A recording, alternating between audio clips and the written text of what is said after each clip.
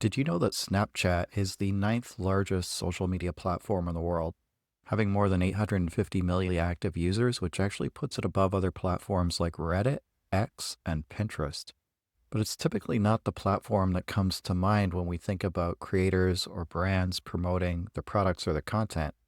And it's that very gap between the demand for content and the supply of brands and creators on that platform that could make things interesting. What's up, creators? Tim here, and today I'm going to be talking with Hope Georgiou, CEO and founder of HG Media Group, a company that specifically specializes in Snapchat campaign development and execution, and whose clients have included Toyota, Chicago Bulls, Paramount Pictures, and others. And together we're going to explore what is Snapchat, why Snapchat might be a good platform for you, how to grow an audience there, and what we can learn from Snapchat, whether we're creating on that platform or another one. Because, I think there's something we can take away from every platform, whether we create there or not. And that's certainly the case with this one. So without further ado, let's get into it.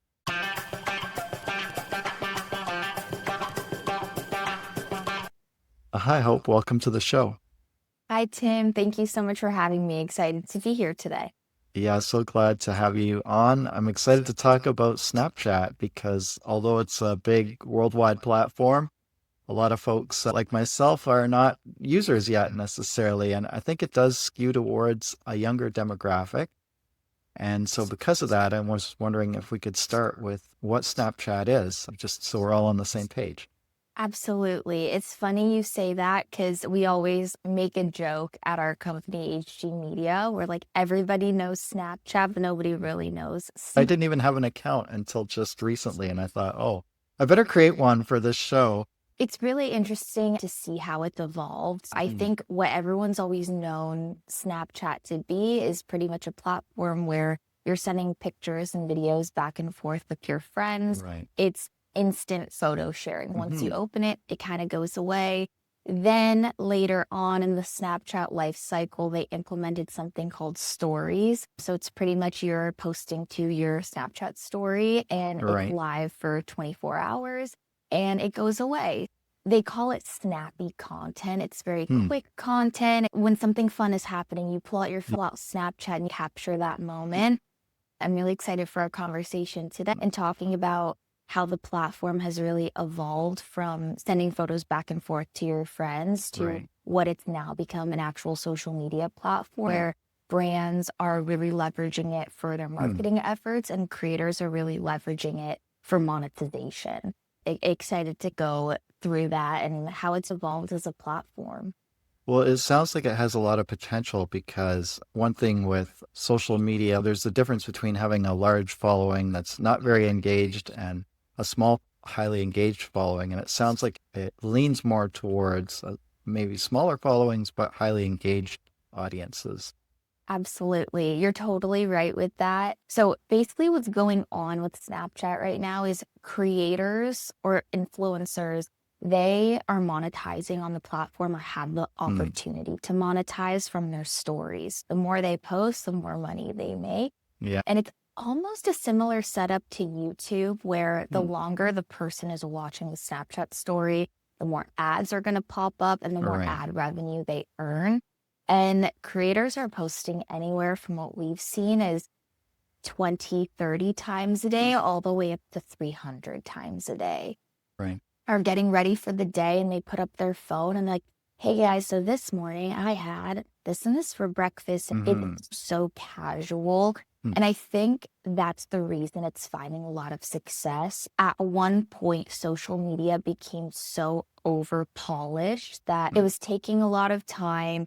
People couldn't really show their personality on social media. And then Snapchat came along and they were like, post whatever you want. The more you post, the more we're going to favor your content. And people were like, oh man, I don't have to really edit and I can just pull out my phone and be myself and talk to the camera. That sounds great to me.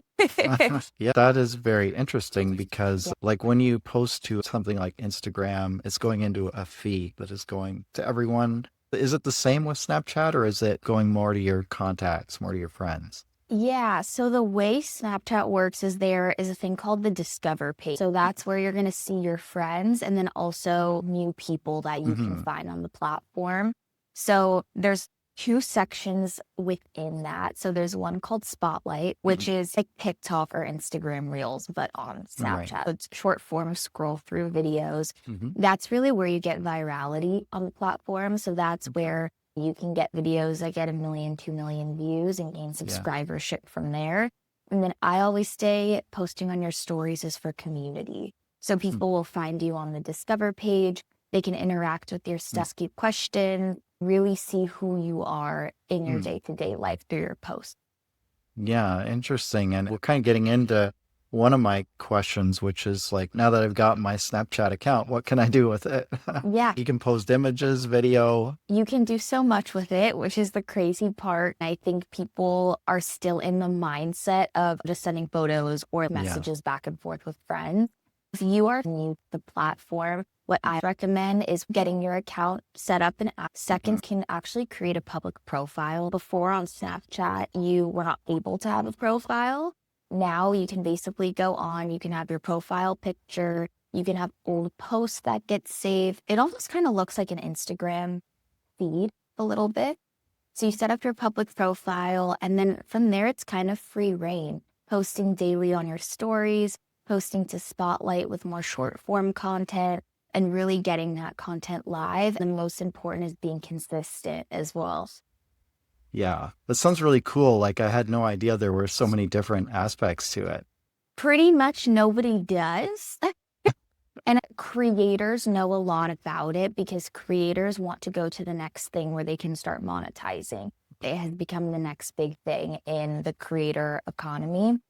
Now what we're seeing is a lot of brands are moving in that direction. If the brands move in that direction quickly and start using Snapchat to leverage their marketing efforts, they are going to find a lot of success because they're going to be early to the game. I think there's a lot of hesitancy right now on the brand side. It's not as established as a platform as Meta in terms of data, or not many other brands are doing it. So why should we? But to me, that's the perfect reason why you should be doing it. Everyone knows if you can get in early, you can kind of flush out those logistics and really get in before it becomes oversaturated, as we're seeing with TikTok, for example. Definitely. I think people are experiencing the same kind of thing on Instagram as well, where it's just like there are so many accounts and so much competition and not a lot of new users being added, at least not at the same rate as before. So there's not as many people looking for new people to follow and connect with. It just becomes more stale with new platforms or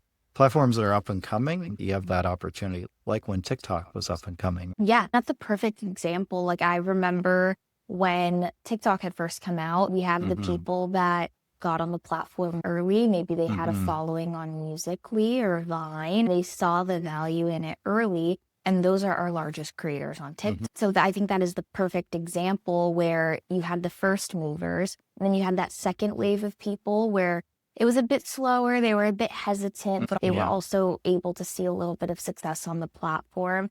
And then we have the people that moved in a bit late, which honestly, I would say it's the brands, rightfully so. They want to suss out the situation before they're going to invest, before they invest in creators and before they invest any sort of money. I just think, especially with marketing, you have to break through the noise, especially in digital, because everyone's kind of looking to the next person, seeing what they were doing successfully and replicating that. When you just kind of fall into the same pattern as everybody else, you have to figure out how to differentiate yourself if you want to expose your brand out there. Yeah, for sure. And then, so speaking of Instagram and the X app, what are some of the differences that make it attractive for a brand or creator to use as a main platform, as opposed to directing people to your Instagram or X app? I think the one differentiator that we always press on our brand clients, because we work with brand clients in all capacities, so we have familiarity with every single platform. Sometimes there aren't brands that are right for Snapchat. I'm not saying that every brand needs to be on the platform, but there are some where I'm like, you are assuming that the audience on Snapchat isn't going to interact with your product or service. And we all know that the one downfall of marketing is assumption. Sometimes when you do market research, you figure out your original target audience is not the people responding to your product. Sometimes you think it's Gen Z and it's actually like maybe 45-year-old moms and they love it. You have to be open to really seeing how people are responding and how they resonate with your products and services. Going back to your question with Snapchat, something we always share with our brand clients is, and we've heard this directly from market research, people are so over being sold. You go on TikTok and it's TikTok shop, paid partnership, TikTok shop. I can't see another TikTok shop. What brands can start doing on Snapchat is leverage the casual nature of the platform. What's great that Snapchat allows you to do is if you're talking to the camera and you say, hey guys, I have this new water bottle that I love. I'm working as a brand partner with them. Look at all these cool features. You can have a sticker link on the story that people can click on and buy the product. A big issue we were seeing with Instagram Reels when we're working with brands is that customer journey. You lose people because there's too many steps. With Snapchat, you get rid of a bunch of steps. You can click on the sticker and you can make that purchase.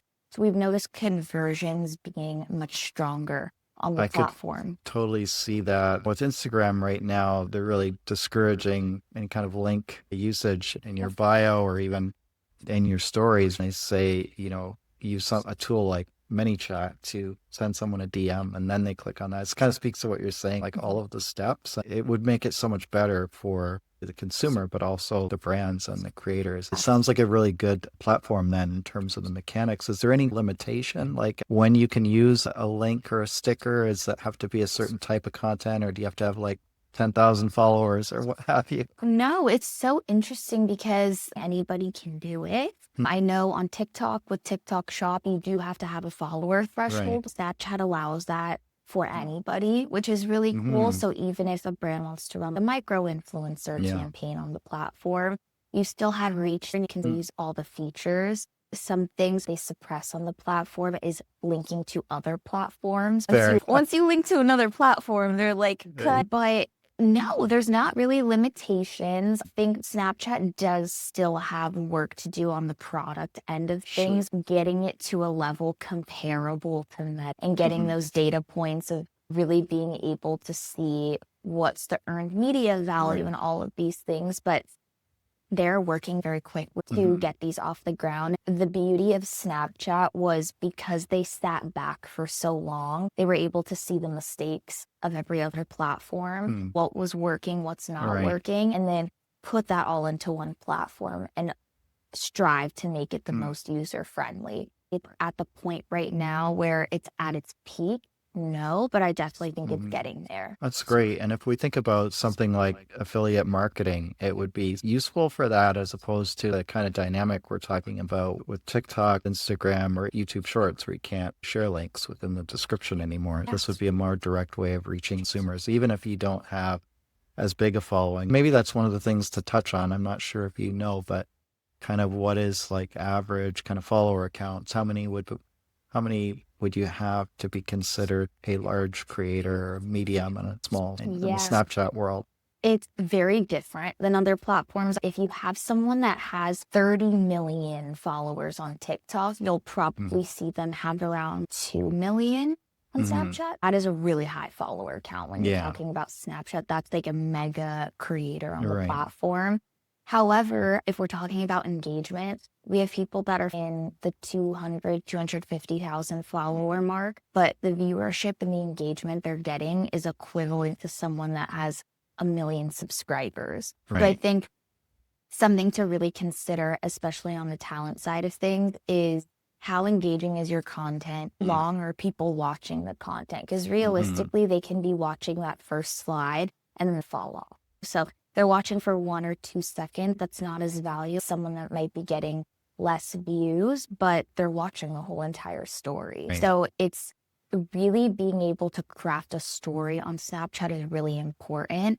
I've seen a lot of creators do this well, and the best leverage you can give yourself is having exclusive content on the platform. For example, one girl that I used to work with, she was having her 3rd child.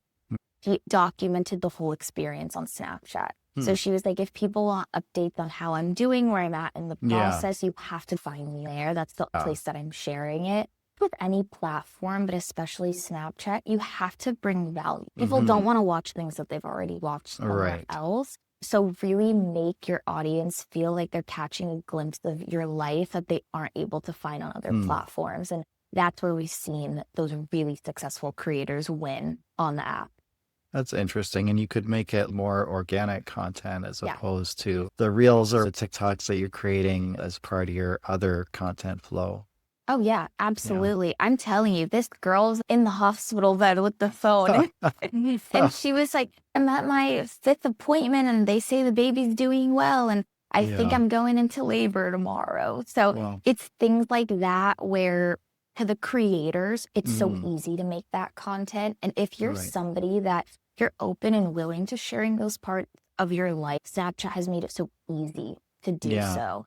Because think about it, in this girl's situation with her pregnancy, you don't have that time to record a YouTube video, sit down, edit it, get it live. Like it's just very time consuming. So like I mentioned before, at the platform, they really alleviated these pain points that a lot of creators were facing on other apps. Yeah, and I imagine you can adjust it according to what your content type is or your niche. You know, I was just thinking you could do something about how I plan my podcast or something. Could go on and talk about that periodically. I imagine people do unboxings and stuff like that of different kind of equipment that they've got. So that might be a good way to talk about what is an example of someone who's been successful leveraging Snapchat as a platform to drive sales or to increase their presence on other platforms, grow their audience, I suppose. Yeah, absolutely. When we started HG Media, the first idea we had for this company was when creators started monetizing on the app. We were like, we can come in, we can post on their behalf, and we'll earn a portion of their revenue. We can post for them. It'll be great. We quickly came to realize that posting on people's behalf, one, you can't automate it. Snapchat did that in a great way. And two, it doesn't have the same effect unless you have that personal feel. So then we transitioned to talent management and marketing. With that talent management piece, I've really been able to find and source creators that are highly successful on the platform. One girl in specific, her name's Estelle. I am actually her talent manager and representative, 360 management. I help her with every piece of her business. And we noticed, we were like, hey, you have a small following on Snapchat, but it's definitely there. People are responding to it. Let's leverage it. So we were able to help get her verified and then create a strategy for her of like, okay, this is how many times you need to be posting a day. This is the style that people are receptive to. And within 2 months, she probably grew like 50,000 subscribers, grew very quickly, became very consistent. And her audience was just becoming so receptive to the type of content she was posting, to the point where if there's one day where you're not posting, people are like, wait, where are you? Like, where are your posts? People look forward to opening Snapchat and being like, they're going on their walk and they're getting coffee. And it's almost this really simple content that people just love to see and love to consume. I would say it's very similar to a YouTube vlog, vertical. What do you think was the differentiating feature? What made the content work so well? One, because it was original. I think what a lot of creators are trying to do, and this is just my opinion, but I feel like it's been proven true again and again, is people want to be everywhere, so they start spreading themselves too thin. They're like, I need to be on YouTube, Instagram, TikTok, Snapchat, X, Facebook, whatever. Every platform is for every brand, and not every platform is for every creator. You have to understand the type of content you're making and where you see that audience being receptive to it. One thing I had told Estelle, pick up 3 or 4 platforms that you want to be on and that you really want to focus on. And you have to tailor your content to each of those platforms. And I think that's what she did really well with Snapchat was she took our feedback of opening the phone and putting the phone up and just talking to your audience and prompting them to communicate with you. Hey guys, I'm about to board my flight and I'm really bored.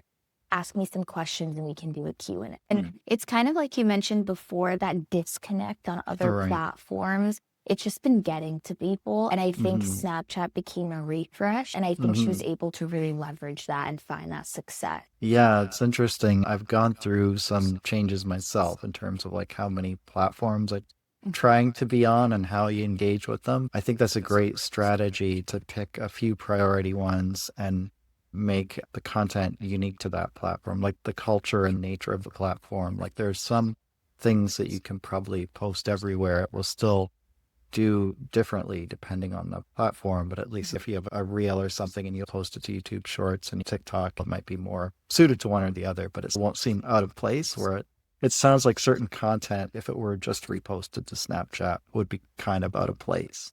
Yeah, and I think it's the consistency as well, because we've had people approach us. They're like, I want to get verified. I want to get on the platform. They're really good in the beginning. But once that happens, they don't understand that there is so much work behind that. Right. You can't take one TikTok that you posted and repost it to your Snapchat story one time a week and then expect to make any money off of that. Or more importantly, expect to develop a community off of that. I think the creators that are doing the best are driven by developing a community, not fully driven by monetization, because that will come when people want to see and talk to you every single day. Such a good reminder because I think oftentimes it gets put the other way. Yeah, I understand. Everyone, you need to find ways which you can monetize your content. Yeah. I'm not saying that's not important, but I think people are missing that first step where your community will allow you to monetize. If you're missing that piece, people feel it. I know when I see a creator, I'm watching their something is just not there. Something's not resonating, can't really relate. And then the people where you're like, they love what they do, and I can see it through their videos. Yeah, so true. I heard just the other day this tip about digital marketing that, people can spot inauthenticity now, like a mile away because of spending some, time on social media and seeing those differences between the creators that seem engaged and enjoying it and others that you can almost see, it feels like they're going through the motions, right?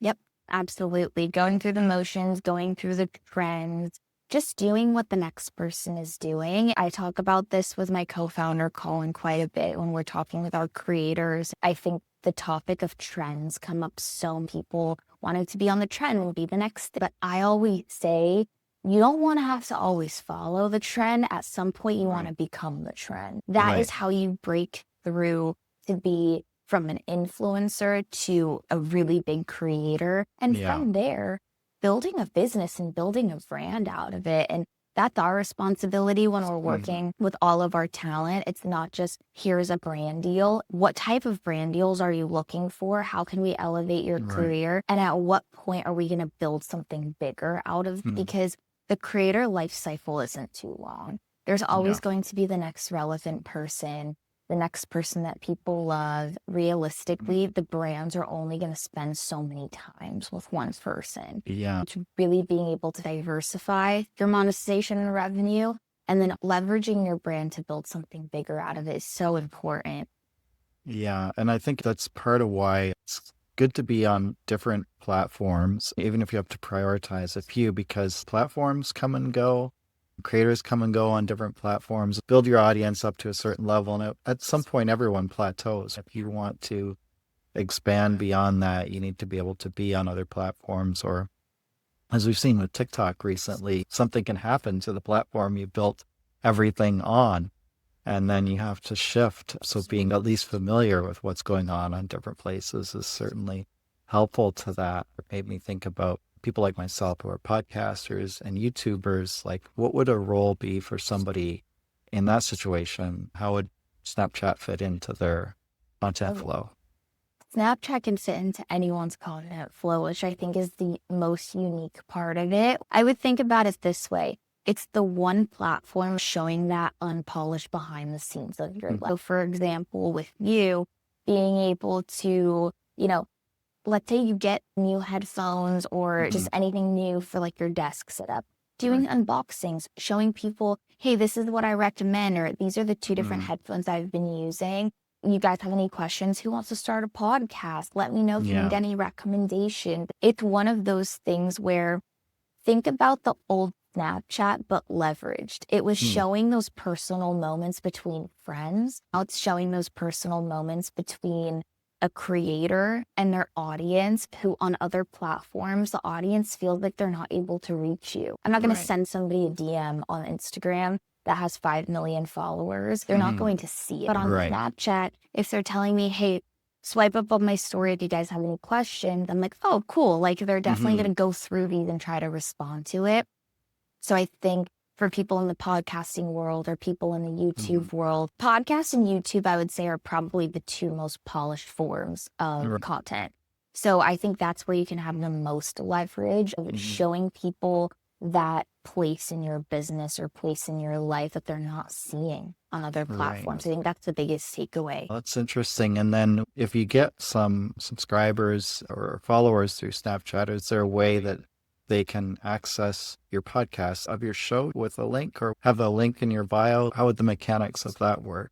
Absolutely have the link in your bio, even the link tree where they can find you on other socials. I think that's a big thing, because when people find you on Snapchat, they're most likely going to want to find you on other socials as well. Let's say that goes away and like moving your audience somewhere else. It's kind of like I said before, you're not going to be able to move that audience unless you have a community. If you got a viral hit on TikTok and all these followers, but they don't remember you, have no idea who you are, there's no value in that follower.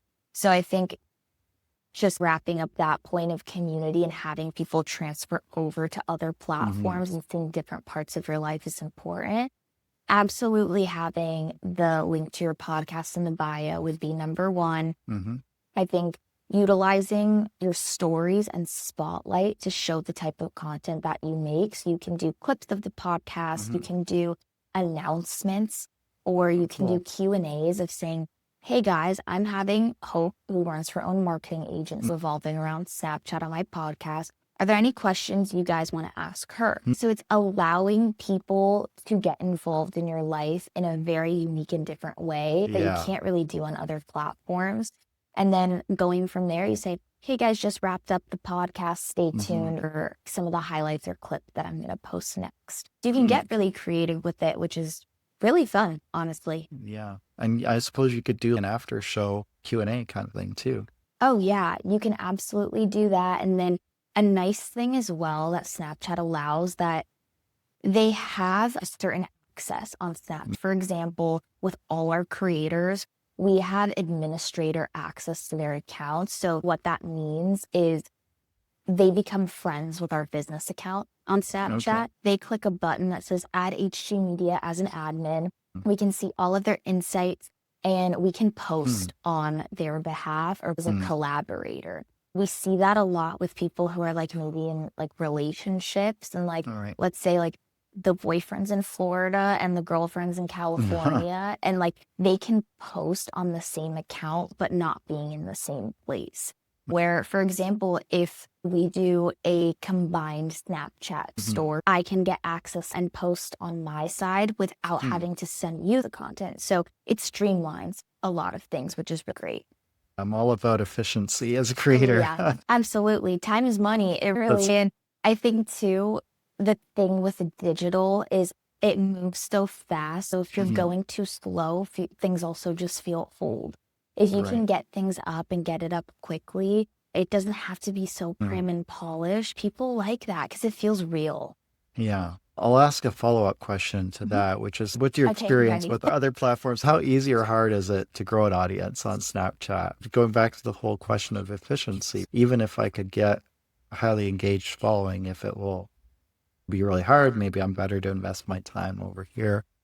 It's kind of a subjective question, I know, and it probably depends on your strategy, but take a crack at it anyway. That's the number one question we get from all the creators too. Right? Yeah, and I always respond with this. I'm like, it's going to be your willingness to promote it as well. So if you have a really strong Instagram audience or really strong audience on TikTok and you're starting from zero, like you have no subscribers and it's a brand new account on Snapchat, you need to be able to leverage your audience on these other platforms and say, hey, you guys, you can now find me on Snapchat. Right. Going back to the creator Estelle that I was mentioning before, that was something that we implemented into her strategy where she had a small following before. It wasn't huge, but it wasn't tiny. So it Right. definitely helped. We used her Instagram stories quite a bit weekly. She was posting, subscribe to me on Snapchat, or having her Snapchat username in her bio and things like that. It is not the easiest to find people on Snapchat unless they are popping up on your Discover page. So if there's a creator that you are actively seeking, you have to know their username and make that effort, go into the app and look them up, and hopefully they pop up from there.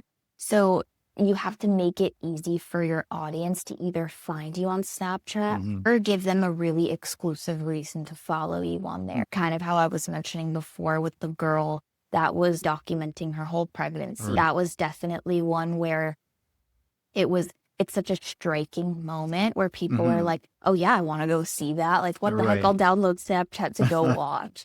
So it's giving people a reason. I think in terms of growing community, it's all about consistency. I always tell creators, if you are starting out and you really want to hit heavy on Snap, you have to be posting on Spotlight. I've seen people like 2 to 4 times a day, which is more like the TikTok style videos, and on stories, really being active. I would say like minimum 20 times a day. Wow. However, very casual, unedited content, put up the phone and start talking.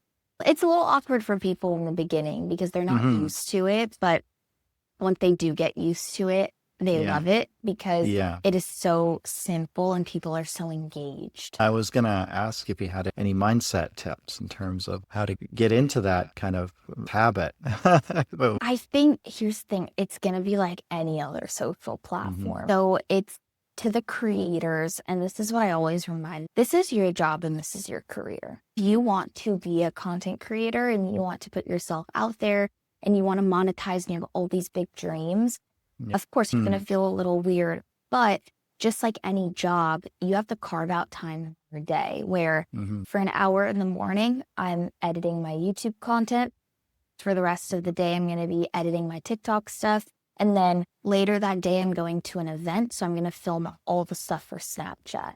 So it's kind of like you have to time block yourself. And I think sometimes, especially from the outside perspective of people who don't necessarily do social media, they're like, oh, that's so easy. You just put up the camera and you start filming. It's really not, because one, it's a lot of capacity to also be sharing so much of your personal life online and doing that in a way that's also interesting to people. Right. You're a storyteller and you have to be good at what you do to keep people engaged. So I think just to fully answer your question, at the end of the day, it's carving out that time and making it a priority. And I think part of it too is just repetition, because when I first started posting videos to Reels, I found it kind of strange. You're thinking, how is this going to go? You can't do it at a high level as you see other creators doing because you haven't done it before. But the more you do it, the more you think less about it, and it just becomes more automatic.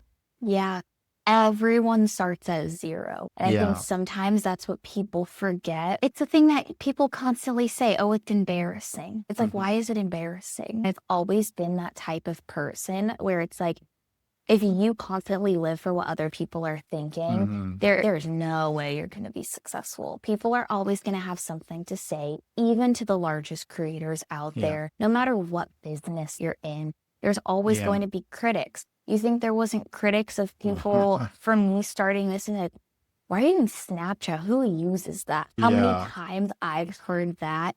I see a value in it that other people might not necessarily see. But if it comes to the point where it blows up to the extent that TikTok did, then people are going to be like, oh my God, what a great idea. How did you even think of that? So you have to be so true and so headstrong in your vision and mission. Being able to adapt as well is super important. But really, at the end of the day, if you decide to have any sort of career in business or putting your life out for the public to see, you're going to have to just accept that criticism and keep going. I'm sure you've probably felt it as well. Podcasting is the same thing. It might not be as visual or so many nuances of your life, still putting so much of yourself out there. Yeah, for sure. And I like what you said about like whether you're a creator or in any other kind of business, you will face criticism. There will be critics or naysayers or what have you. And so you might as well do what you're going to do. You get your supporters and your critics, but you just got to pursue your vision. You really have to be the first one to believe in it. If you want other people to believe in your vision, whether they're going to become your audience members, employees, or supporters of any kind, to see that you believe in it first. Oh, That's yeah. what makes it so hard in some ways, that because you're, in a way, you're really kind of striking out there on a bit of a limb, but that's where the rewards come from, right? Oh, yeah, absolutely. You can see the people that are going through the motion, copying the people that are successful, and you can see Yeah. the people that are trying to break through the noise. And those are the people that are able to just pass that threshold, building that community that is so strong, where they might be maybe even a little bit smaller of a community, but they're like a ride or die community for you. Because the vanity numbers, people are over it. Brands are getting smarter. People know 1 million followers. Know who's commenting, who is wanting to know what you use and what you're doing. That's where engagement comes in. And it's 1 million times over your community, really, at the end of the day. Yeah, definitely. That's a great point, that it's different levels of safety. One level of safety is not posting anything at all. Another one is copying what other people are doing, which isn't really going out there. And then the third level is, like you say, doing more original stuff. And that's where you do break through more, but it is more risky. And I kind of think back to what you said earlier about, as marketers, sometimes we don't always know. I'm always surprised on YouTube where I will make a video that is kind of like in line with other videos, like unboxing video or something like that. It's been done before, but you do your version and you are maybe showing a different kind of product. Then I'll do another one that I think is really unusual. I don't know if it'll do well. And then it always does better than expected. I feel like even on my sides, I dabble a little bit in content creation as well. Personally, I love fitness. I'm a personal trainer and I like making video content, like workouts and things like that. It's always the video where I'm like, oh, haha, this is kind of dumb. I'm going to post it. It always does well. Everything I put my heart and soul into, I'm like, what the heck? So I completely hear you on that. And it's really interesting to see what breaks through the noise, what people like, what people are receptive to. And I share this from a lot of creators we talk to as well. There's one girl in specific, and she started on social media doing fashion. She absolutely loved it. She loved styling, getting drawing, that type of content. Then she randomly started doing cooking a little bit, and that just took off. She blew up. People loved it. And she was like, I hate making cooking videos. So what do I do? Do I continue doing this thing that people like to see that I don't love? My answer always is, there's a balance. If you have a community that loves you and cares about you and wants to see you grow, they're going to be receptive to these different styles of content. But I don't think it's ever beneficial to pigeonhole yourself. I had a call yesterday with one creator, and we were actually talking about this. Something I really love to see about your content, and what really like struck me when I saw it, was the fact that you do so many different stuff. You do finance, but you also have cooking content, and you're very dynamic. And she was like, that's really interesting. The last agent I was with said, you need to pick one thing and just niche down into it. And I told her, I remember people always saying that, of like, pick your niche and don't stray away from it at all. Don't make any other content about anything else. But I think now people want to see content that's relatable. I know someone doesn't only cook all the time. They want to see those different parts of your life. So it's interesting to see how things change and how the advice changes and what works versus not. Yeah, personality is so much more important in the world of AI-generated content. And I imagine that's where Snapchat has a bit of an advantage with the type of content people are creating. Is AI affecting that platform as well? Yeah. I would say the only integration that I've seen with AI on Snapchat is a thing on the top of your messages now that is like Snapchat AI. So you can kind of go in and ask it questions, and it is helpful. Like when you need help on the platform, you're like, hey, this isn't working. What do I do? And it can help you that way. But I haven't seen it affect as much as like how we've seen on other platforms of like Yeah. fake content of Yeah. people. I haven't seen that quite yet. I will say Snapchat highly moderates the content because it does skew a little bit younger. So Right. like the creators have to be brand safe. There's no Mm-hmm. tolerance for inappropriate content on the platform. You really run the risk of getting unverified and unmonetized, which creators don't want to do. Right. So they're very picky and choosy of who they have on the platform and who they're going to push to be successful, because there's a lot on the line, especially when there's so many young eyes on there. Sure. And I do want to make a point about that as well, because this is something we hear from a lot of our brands is we don't want to activate because the audience is too young. Now, what I say to that is you're assuming, because it's kind of a twofold conversation. One, don't you want to be on the platform that the next generation is being Exactly. on? Point one. And then point two, the generation that grew up with Snapchat is now 25 to 30 years. So that's prime audience that most brands want to Yeah. hit with purchase power. They are on there. I just think that Yeah. there is an assumption that they're not. You would actually be shocked. It's 75% of all 18 to 35-year-olds on Snapchat in some capacity. So the market is there. I just think, again, it was to my point earlier, a lot of brand clients, they assume who their target audience is, and that's where you fail. It's the number one rule of marketing, don't assume. Because Yeah. who knows who will resonate with your product and who will buy it. You have to put it out there. That's right. And what drew you to Snapchat as a creator and then as a brand talent Yeah, man? so it's interesting because it was actually my previous job. I was working at an agency during college, and then my first job out of college. I was there for about 3.5 years. The best experience, best people. I'm still so close with everybody who works there. They're wonderful. The first account I was put on was for Snapchat, and it was to run the beta programs. Snapchat had come to the agency. They were like, we are launching this new product called Spotlight, which is what I had mentioned before, TikTok style content. Yeah. We're launching this product on Snapchat. Nobody's using it quite yet because nobody knows Right. about it. But in the beta phase, can you guys put together some sort of program to basically mass get people on the platform? So that was my responsibility within the agency. Like, it was just very interesting to see what it looks like before it actually hits the market. Yeah. So I think that was my first exposure to the platform as a social media platform and not as me Snapchatting my friends. That program eventually closed out, and I had told myself that in December of 2023 that I was going to step back from the agency for no reason aside from the fact that I just knew I wanted to do something else. It was my first job out of college. I was like, I know I've always wanted to have my own thing. I studied marketing. I'm really, really passionate about it. So I made the jump, and I was like, okay, we're going to figure it out and kind of go from there. So I started full-time in 2024 with HG Media. That's great. And the one thing I knew so well was Snapchat. So I was like, okay, we can start developing marketing services around Snapchat because nobody else knows how to do it. So why not? And then obviously that's where a little pushback started happening of, why are you guys doing this? There's not really any value in it. You think there's no value in it, but I know that there's value in it because I've seen it.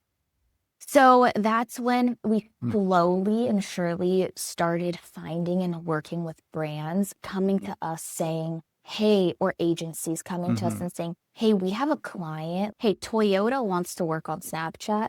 We have no idea where to find influencers for this. Where do you guys even start? That's how we started getting our footing. We would work on behalf of these agencies to fulfill creators for these campaigns. Then we started going to market, selling these services and saying, hey, brands, we can do this all in-house for you because we know how to do it. We know all the nuances of the platform, marketing recommendations, creator recommendations, and we can put together comprehensive campaigns for your brand. So that's when it started growing, when we were working with some clients like the music streaming space or with the NBA.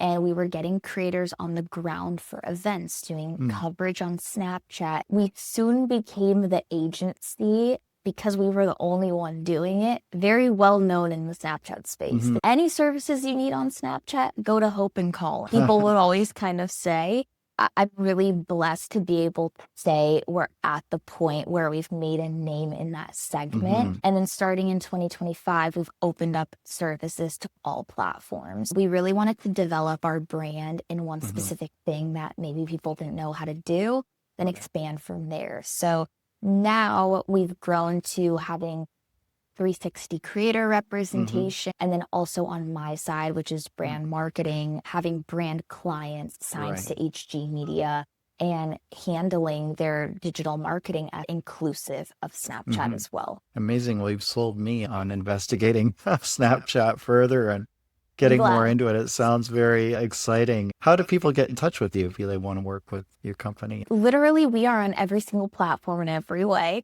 A main driver that we've used for a lot of our business has been LinkedIn. So you can absolutely find me on LinkedIn. You can also contact through email, which is hope@hgmedia.us. So I would say those are the two main ways, but both myself and Colin Harrington, who is my co-founder, we're both super active on LinkedIn. So Right. any updates, any new signs, new clients, news, we're always posting it on the platform so people can feel up to date with what's going on. But I would say those are the two best ways to get in touch.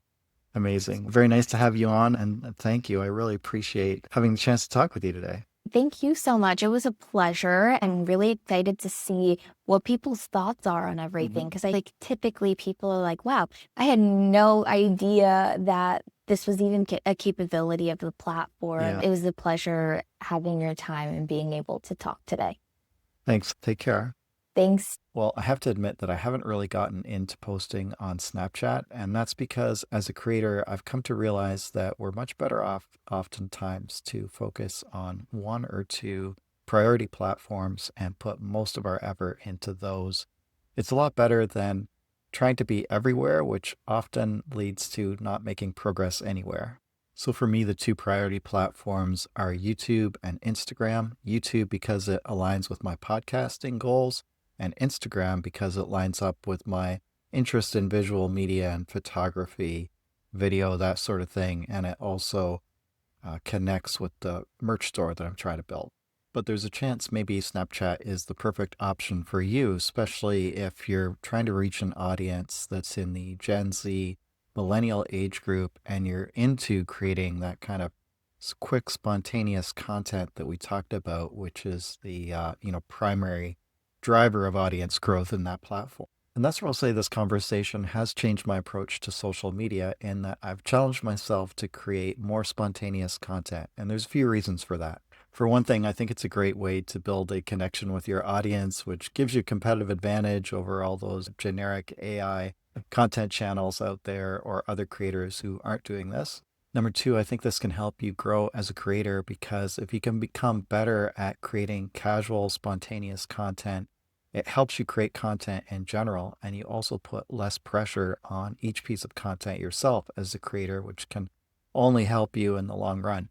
And number three, platform features such as Instagram Stories, which is based around the idea of this kind of quick, spontaneous content, also have elements that make it easy to engage in a two-way conversation with your audience, either via DM, replies, quizzes, sticker sliders, polls, what have you. And all of this helps to, spark more of a two-way dialogue between yourself and your audience, which is great for gathering insights and also kind of fun as well.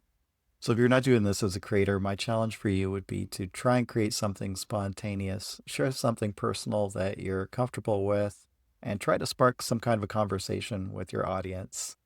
And if you're looking for more tips and trends that can help you grow your presence on social media, you'll want to check out this next episode here.